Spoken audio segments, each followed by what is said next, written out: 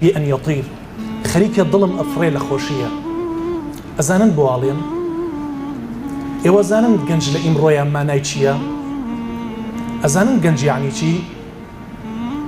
گەنجی ئێستا یعنی کافتریاکان پڕ بێت، سینەماکان پڕ بێت. گەنجی ئێستا یعنی ئالەت، یعنی ڕۆبۆت، یعنی مرۆڤێکی بێگیان بێڕۆح.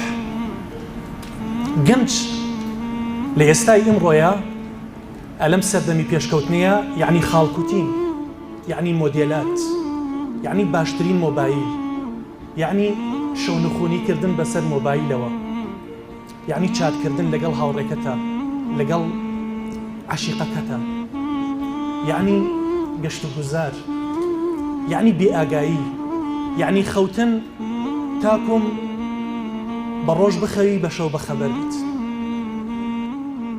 یعنی مرۆڤێکی بێگیان بێڕۆح، یعنی مۆدێلات، یعنی فاشیۆنات، یعنی دنیا لەکوێ بێت ئەمیش لە ئەوێ بێت، خۆشگوزەرانی لەکوێ بێ ئەمیش لە ئەوێ بێت. بۆیە من ئەڵێم زۆر دڵم خۆشەکە کاتی ئێوە بین. ئێوە هەڵگەڕی ڕایەکەن ئاڵایەکتان بەرزەوە کردووە کە ئاڵای پێغەمبەران عەلەیهیموسەڵات وەسەلام.